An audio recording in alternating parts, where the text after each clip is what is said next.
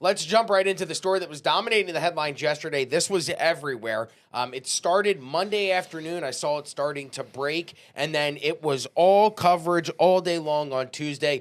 The New York City shooting, 27-year-old Shane Tamura fatally shot 4 people and injured another at 345 Park Avenue, home to the NFL and Blackstone offices before he killed himself. Tamura is a former high school football player with a history of mental health issues. He left a suicide note allegedly referencing CTE and his anger towards the NFL, despite never having played football professionally. Here are some images of Tamura walking into the 345 Park Avenue building. I believe we have some clips of how the media depicted the shooter. In fact, here it is. This is CNN's Aaron Burnett claiming that the suspect may be possibly white. Who he is? They do not know who he is. They know he is a male, possibly white. He's wearing sunglasses. He appears to have a mustache. And that picture has been distributed to every police officer in New York City, particularly has been sent to the phones of the search teams inside that building, because whenever they encounter a group of people, the first thing they have to figure out is that individual among these people. We can cut it there. Can we show the photo of the allegedly or supposedly white suspect? That's him, the white guy that was appreciate what that guy was saying. You know, possibly white. To suggest that, I mean, I love how they knew that he was male before they could identify that he was possibly off-white. But what the guy went on to say afterwards was like, you need to know who the guy is to make sure he's not slipping out with the victims. He just misidentified either deliberately or because he's a geriatric who can't see and facilitated that guy sneaking out with the crowd if he were to sneak out alive, but he took his life. The guy just did exactly what he said was the risk of the shooter slipping out by misidentifying him by saying possibly white. Do you guys give any credence to the thought that this was a deliberate attempt by CNN to label the shooter as white, as to provoke some type of race riot, race war, or just to further push the narrative of dangerous white men with guns? Oh yeah, of course. I mean, there's this like weird thing that they do where when the person's white, they try to amplify it, and then when the person's not white, they try to cast doubt on it. So I mean, it's like the only one where you could do things like that for. It's like it's impossible in their eyes to be racist against white people. So I mean, I don't know if they're like what they were thinking in terms of like trying to like, am I possibly black? Could I be possibly black? I don't know. I don't even know if they saw the guy at this point. But well, he did. The guy saw the picture. That's he did see him before this. He saw the picture of him walking in with the gun, and so to say possibly what I mean, I guess he's possibly white. He might have put on some makeup. He's possibly male because it might be a woman dressed up as a man. But how they do it and think they're going to get away with it for like longer than 5 seconds when the news breaks. But okay. But here's the thing. Go ahead, Humberto. Sorry, Connor. I'm going to send you a video. There's a lot of them out of work. They should hire a professional racist. All right, they should have someone on staff that his only job is just being racist. All right, so whenever news breaks out, he can go like, "Oh, Asian and black," you know, that'd be. I think that's a solution. So our race correspondent. Yeah, race correspondent. That's the way that you handle it. Hi, our race correspondent, Humberto. We can't say his last name. We can't say his last name. No, but jokes aside, man, they've been running this narrative. Like I think I couldn't find the image, but they had one that said. Black suspect with white attitude, you know? Like, come on. That white swagger that we're so known for having. In fairness, let me steelman this. If we can bring the picture up again, he looks like he could be... does everyone remember the term Cablinasian? No.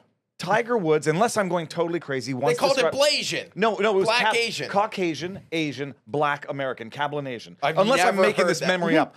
This was because now I realize I'm 46 freaking years old. This was early 2000s. You guys were sucking at your mama's nipples. I'm sorry, but Cablinasian, nice, like this guy, I guess he could be part white. He could be half or quarter, and then in which case it's the. Racializing the element that you need to racialize for the purposes of whatever. Obama, half white, half black, becomes president, first black president. This guy, quarter white shooter. I mean, you could see how a liar would frame it that way. So I can't believe I'm going to say this. I want to give CNN the benefit of the doubt and say that this was an honest mistake. However, looking at the photo, it's hard to to see where they could mess that up. That being said, we have to go back to other times. You got to understand, if it's a mass shooting, there's chaos, there's a lot going on, there's conflicting reports. Look at 9/11. In 9/11, 156 different eyewitnesses reported hearing explosions before the collapse of the Twin Towers on September 11th, 2001. Do you guys give any credence to the 156 people who thought they heard explosions? Or do you think maybe they just got caught up in the chaos of that day of planes flying into buildings and collapsing the buildings? In fact, of those 156 eyewitnesses on September 11th, 135 of them were first responders. This is why I kind of give credence to 9/11 was more of a controlled demolition than an actual free fall collapse, because these are people, first responders, who are trained to respond to situations like this. So they're not as prone to get caught up in the chaos of what's going on, to misremember things. They're trained to be in situations like this. Not specifically 9/11, but they're trained to respond to situations like this. 121 of those first responders were New York Fire Department employees, and 14 were from the Port Authority. There were also 13 other eyewitnesses and 8 others who were near the World Trade Center who said that they heard explosions prior to 9/11. But then you look at Sandy Hook. Let's go to the Sandy Hook shooting. Do you guys remember this video? This video got memory hold big time. But it's engraved, crazy. It's engraved in my brain. It only has 45,000 views on YouTube, and it took me a while as you guys were going through to find this video. Did you save a copy of this? No, but we should. We should download it before showing it. Because this is when the Sandy Hook shooting happened, and the news outlets were reporting that a second gunman had fled the scene, and they were tracking that gunman to the woods. Connor, if you could play this video, they'll show the suspect going into the woods, and then nobody ever talks about this ever again. In fact, if you even question the narrative, you get sued to the billions of dollars, to the point where they shut down your network and then say, well, he's crazy. He thinks they turned the frogs gay, which they did, by the way. And the people. Yes, here's the video. Wow. This is 2012. Is that when Sandy Hook happened? 12 years ago this was published. This is on the Associated Press's YouTube page. You can go and find this still. But this is them tracking what they believe to be a second suspect running into the woods after the shooting. And we've never heard an update about this ever again. Wow. So for me, it's like, okay, maybe the chaos of the day, they got the information wrong. I just don't see CNN. They've already had such bad credibility over the years, and their reputation has taken such a hit. I don't feel like they would risk it on something that could be easily disproven by the photo that they showed of the possibly white suspect. Rob, you're giving them too much credit. You think they're too dumb? They'll keep doubling down on dumbness? Fiery, but mostly peaceful, Viva. You remember that? yeah. Fiery, but mostly peaceful. Like, all right, there's a few things that you can take a guess on there that are useful. Like, number of gunmen. That's a very useful guess. They say there's 2 or 3 gunmen. But the suspect's race, why would you take a guess on that? Like, how does anyone with a gun, whatever race they are, they're a danger to society. What does a race have to do with anything? Only for identification, which is what that guy went on to say. It's like, only for the purposes of identification is it relevant at that point in time, so that he doesn't slip out with the crowd. To say that he's possibly white, now in fairness to CNN, maybe they lightened up that photo the same way they did with Joe Rogan's ivermectin photo. So maybe to the guy it looked white. I forgot about that. That's right, where they turned Joe Rogan gray. They tinted his face. So, but the idea and that Donald Trump orange, like they used to put heavy filters on him. I had to double check some of the photos where people said they've tinted it, and I went back to the Alamees and the stock photos, and that was the actual. He's orange. It was the actual. Right. It might have been the contrast when they shot the photograph, but no. Bottom line, they say something stupid that could interfere with an ongoing investigation and risk people's lives. Like put people at risk to say, "Oh, he's white," so that someone might look at that guy and say, "Oh, he couldn't be the guy," because CNN just said he's white. It didn't happen that way, but no, they're idiots, and they deserve to get sued into oblivion. So 4 people killed, I believe, total, it was 4 people that were killed during Monday's shooting, another injured. One of those happened to be a police officer, Didarul Islam, of the 47th Precinct for the New York City Police Department, God rest his soul. The shooting, the killer, shoots himself in the chest, allegedly. That way that they can study his brain for possible side effects of CTE, according to the official narrative of what's happened. However, the interesting part, the floor on which the shooter shot himself. Do you guys know what floor the shooter shot himself on? 33. Do you? Oh, you let out a deep Well, sigh. I heard this. I don't know of any of these Masonic references. What I understand is that he was trying to get to the NFL offices and apparently ended up in the wrong elevator, got out at the wrong floor, and that's how things unfolded. But maybe I'm not seeing the deeper conspiracy. So if you're not tuned into the Masons, and maybe you can cue us in a little bit more, Brandon, because I'm not entirely sure about the whole Freemason conspiracy theory, but the number 33, which is the floor that Shane Tamura killed himself on, is seen as a highly symbolic number in Freemasonry, leading many to claim that the shooting was a ritual, signal, or planned event by hidden elite forces. It considers a master number, and 33 is considered a master number in numerology associated with enlightenment, sacrifice, and secret knowledge. So people are pointing to the floor that he killed himself on.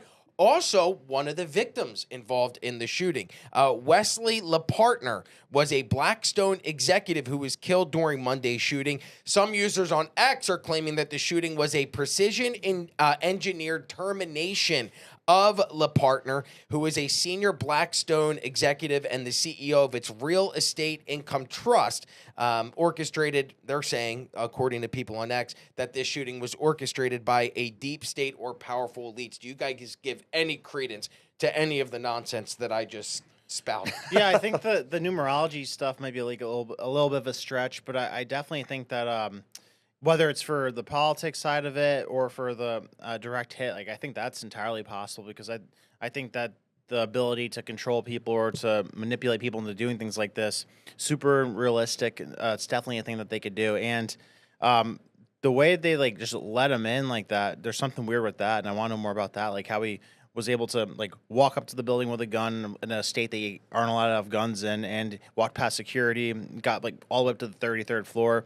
I mean, in a Blackstone building. And like, remember Dave, I think Dave Portnoy went to the same building to do the protesting because it was the NFL building, right? Remember when he got arrested outside of it? I don't know if that was the same building, but yes, the NFL was housed inside of the building that the shooting took place at. And like Viva said, he was trying to go, the shooter, Tamura, was trying to go, according to the reports, trying to go to the NFL's office, but however, he got off on the wrong floor and ended up in the hallway of the Rudin management offices, where he shot another victim there. Yeah, he gets in an elevator, and like, to go up 33 floors in a building takes a minute or so. Yeah. And I don't know what situation the building is under lockdown on that. But to answer your question as to whether or not I lend any credence to that theory, for the time being, strictly zero. And Zero. When it comes to numbers, I mean, everybody's going to find a number to find a relevance on the 18th floor, on the 13th floor, if they have one.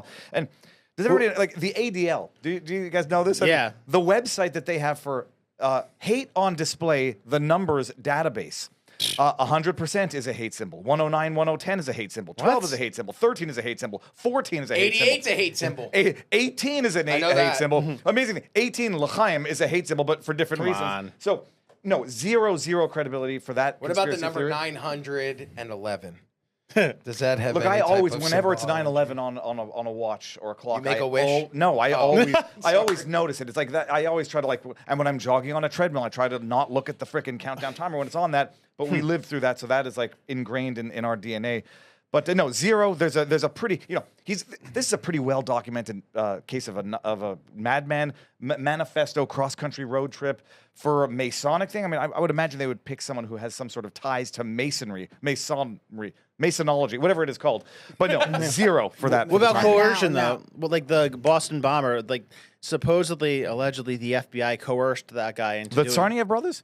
Yeah. Yeah, well, first of all, FBI coercing people to that I crime. have zero problem believing, because we saw it with the Gretchen Whitmer Zero's a thing. hate number, just so you know. That I have a 6.666% chance of believing. We saw what they did with Whitmer. Right. They do go in and Coerce. exploit mentally vulnerable people so they can create. That's kind of where I'm going. So they can create. Oh, no, I'm gonna get exploited. Humberto, what were you gonna say? because you conflated two questions. I think this whole Masonic thing is kind of Smokescreen. It's a smoke screen. But you guys understand the size of Blackstone? Like, do you guys like fathom like how big this is? How much do you think Blackstone is worth? I want to say something stupid. Let's say Trillions. I'll say 20 billion. All right, $1.4 trillion Oh, they control. got it. I said all right? trillions. In assets they own, or Yeah, the in assets they own. They have their hands on the Jersey Mike's, all right? Ancestry.com, the Hilton Hotel. All right, like I think biggest real estate portfolio in the world. They have the biggest real estate portfolio. Are they in the world. group that continues to buy up residential housing? That's BlackRock. Black That's Rock. what Get it Now, right. By the way, as far as conspiracies go, African-American. I would have entertained the conspiracy that this was like another executive assassination like we saw with United Health, which was praised by nutbags on the left and some, who's that jackass comic? Bill Burr. Yeah. Sorry. Which was praised by some people. So I could have thought, I did think that from the beginning, like maybe because I didn't know exactly what the company was, but it sounded like BlackRock. So maybe it's another executive Blackstone. assassination. They're comparable. I think BlackRock is way bigger. Well, they're both right? rituals because of the Black Cube situation, but that's a different That's rabbit hole. Mercury and stuff. But if you name your company Black and then some form of a rock, then good things happen. But where I'm going, like when it comes to like a corporate assassination, like this guy's once you're worth $1 trillion, like okay, the International Space Station that they're gonna take down now. You know how much it costs to build? 150 bill. 168 billion. All right, they could build I don't know, like 6 space stations. All right, like anything is possible with these guys. Like I'm not saying I'm like my chances of the question is if this was a corporate assassination is not zero. You know, But why did they think this guy that got killed was important or in some way to get killed? Like, was he in the way of something? Did anybody? No, it's a woman. speculate? Her name was Lepartner. Yeah, Wesley LePartner. Patner. Wesley LePatner. And what was her function? I mean, this is like not. They said senior Blackstone executive and CEO of its real estate income trust. That's an investment portion of it. No, I mean, no. It could have had ringings of a United Healthcare type vigilante assassination, but the guy's documented his own mental illness. It's a pretty clear manifesto, which we're going to actually call it now, and a cross-country road trip for this purpose. So you're saying lone nut job? I thus far, until evidence to the contrary, this is not a United Healthcare or a Gretchen Whitmer Fed-napping MK Ultra. Plot. Well, I'd like to interject. So I want to ask you guys this question. Do you guys think, and I'll explain why I'm asking this question. I'm going to give some information. We'll play a clip, and then we'll go to your responses. But do you guys think that this may be a way that New York ushers in tougher gun laws? In response to the shooting, Governor Kathy Hochul called on Congress to reinstate a federal ban on assault-style rifles, pointing out that such legislation previously worked and urged Republicans to find the courage to pass it again. But before we get into the debate about gun control, which I just want to go around the room and see if you guys think they're going to try and tighten up gun regulation, here is an example of why good guys with guns are just as useful or helpful in scenarios in which bad guys have weapons. This was the Walmart stabbing that took place over the course of the weekend. The suspect, 42-year-old Bradford James Gilly, randomly stabbed 11 people, ages 29 to 84. I believe 6 of the victims were over the age of 60, but he was actually apprehended after he left the Walmart, not by Walmart security, not by a police officer, but by a retired Marine, former Marine Derek Perry, who held the suspect at gunpoint and got him to drop the weapon and stopped him from fleeing the scene. Here's the clip. You can see Perry is the African-American gentleman with the gun, holding the suspect at bay. Hey, he hasn't dropped it. So in the same weekend, we have a story of a bad guy with a gun and a good guy with a gun. Do you guys think New York is going to try and usher in stricter gun control laws as a result of Monday's shooting? Viva. The answer is obviously yes. It's what good Democrats do, is exploit every tragedy, and it leads people to question whether or not they allow these tragedies to happen, allow them to become exacerbated when they do happen, so they can then exploit them to promote anti-gun or anti-Second Amendment legislation. In this particular case, I did read something of an element of that he was alleged to have bought components for his gun from someone else involved. An accomplice. The bottom pieces of the gun were provided to the shooter by an accomplice. So, this is confirmed by Eric Adams yesterday, and they're still searching for the accomplice. Well, so that's where I immediately started thinking of a man named Dexter Taylor, who's currently rotting away in a decade-long conviction in New York State prison because he assembled his own firearms at home, which they call ghost guns, assembled with lawfully procured parts online, sentenced to 10 years in prison. And I said that they're waging a war on ghost guns, or assembling your own firearms, exercising your Second Amendment rights within the privacy of your own property. And that's what it sounds like they're going to weaponize this to go after for. the alleged ghost guns that are you can build at home, take out now and go commit mass shootings. So they got to crack down on that. But they will guaranteed, and it's what causes people to be skeptical of these shootings in the first place. To the people watching at home, I would like to run a poll in the chat, Connor, if we could. Do you agree with Governor Kathy Hochul that we should have an assault rifle ban here in the United States? Brandon, Humberto, what are your thoughts? Yeah, I think the most dangerous place in the world is a gun-free zone. And I think that if everybody had a gun for the most part, then we'd be in a much safer situation. So I'm totally against the whole thing with like stricter gun laws, because the people who do these things, they don't normally get guns the conventional way. They get them in a way that you could still get guns even if you do have the strictest gun laws. So yeah, I'm in favor of as many guns as possible. Humberto, final word. What is an assault rifle? Like literally, like they've been talking about it for 30 years, and nobody can define what an assault rifle is. Like that's not even what AR stands for, right? It's Armalite rifle. Yeah, but everybody always says assault rifle is what AR stands for. But that's not true. But assault rifle is a style. If you see California gun laws, it's just ridiculous. Like for example, you can either have a magazine fed gun or you can have a featureless rifle. All right, they make you put fins at the end so you can't wrap your hand around the grip.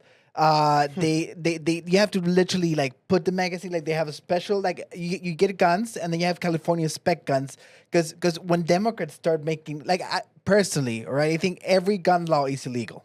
All right. Yeah. I think it's very clear in the Constitution that we have the right to bear guns. You know, is and at the same level as the military too. Like we should have the same weapons the military has. Well, I advocate for everyone to be able to have a nuke. Because that's the first question that they go like, oh, should people have nukes? Whatever, it's their business, all right? I don't want to get into I mean, if it could be used, but you can't have nukes, and every person can't have a nuke because of jackasses like Randy Fine. You know what Randy Fine said? That piece of shit from here in Florida. He said that he wanted to nuke Palestine and that all the Palestinians should starve. The innocent kids in Palestine should starve. That's coming from some jerk off that we here in the state elected into office. So it's people like that are the reasons why you cannot have your own nuclear device. Because dickheads like that would use it to harm innocent people. Maybe just not nukes, but everything else we should have. I would love to have a tank. That'd be so fun good. You imagine, hey, what are you taking to work today, hon? I'm taking the tank. Yeah. All right. You can take the Corolla. I'm taking the tank. But yeah, there's no way that the government should have shit that we don't have, especially when we pay for it. Because if it could be used against us, we should have it. Okay. I'm running. Well, okay. Support me. So I come from Canada, where we have the very strict gun regulations, assault style. Literally, I mean, I could give a better definition than they can, but it's something that maybe can be disassembled so that it can be compact, that can fire rounds quickly, and that has a magazine that can hold, I don't know, more than an object number 10. In Canada, you can't have magazines that hold more than 5 rounds. Even in a shotgun, you can only have 3, but that's for duck hunting. Jeez. And so, wait, what are the police allowed to have? Batons. No, the police have guns in Canada. And a whistle. In Quebec, in particular, the police are known for being quite trigger happy.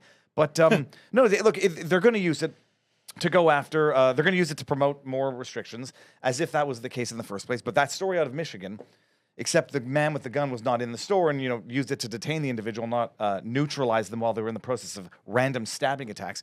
It's quite obvious that an armed society is a polite society, and that anybody who shows up at a building with the gun out, had there been anybody who had a firearm to neutralize him before he killed 4 people, the world would have been a better place. The criminals don't care about the laws, and they will get the guns to do illegal things regardless. You guys ever live in Texas, any of you?